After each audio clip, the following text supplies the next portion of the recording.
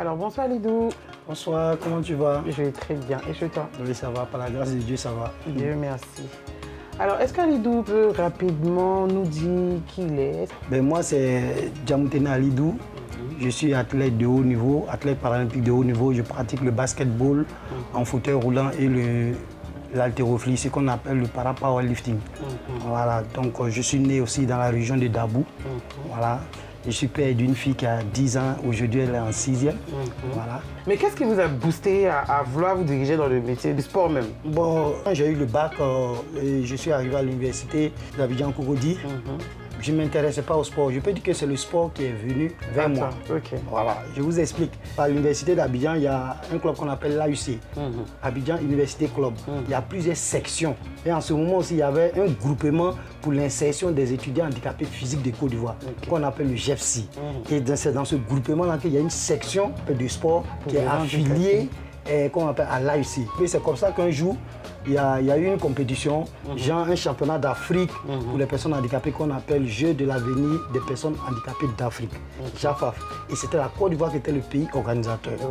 Et donc c'est comme ça que un de mes amis handicapés m'a dit, mais Joe, on a un truc là, mais tu vas pas venir. Il dit, mais vous, c'est vous qui faites le sport, moi il fait le sport. Il dit, Joe, viens. Il dit, de venir comment?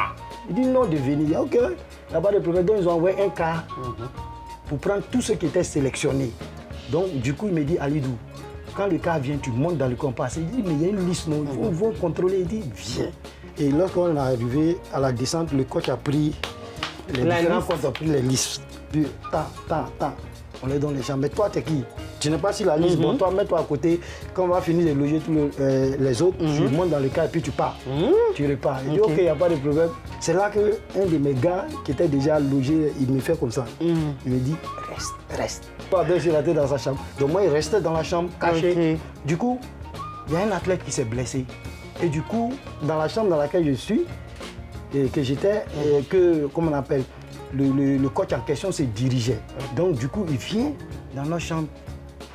Bon, il y a un athlète qui est blessé là, qui peut remplacer cet athlète en haltérophilie. Moi, je sors de ma cage, je dis moi. Il dit, mais toi, tu n'es pas parti, mais tu es quelqu'un.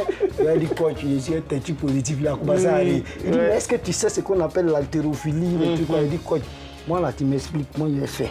Donc j'ai demandé 100 kilos, on m'a donné 100 kilos, j'ai mis ça au plafond et j'ai été champion.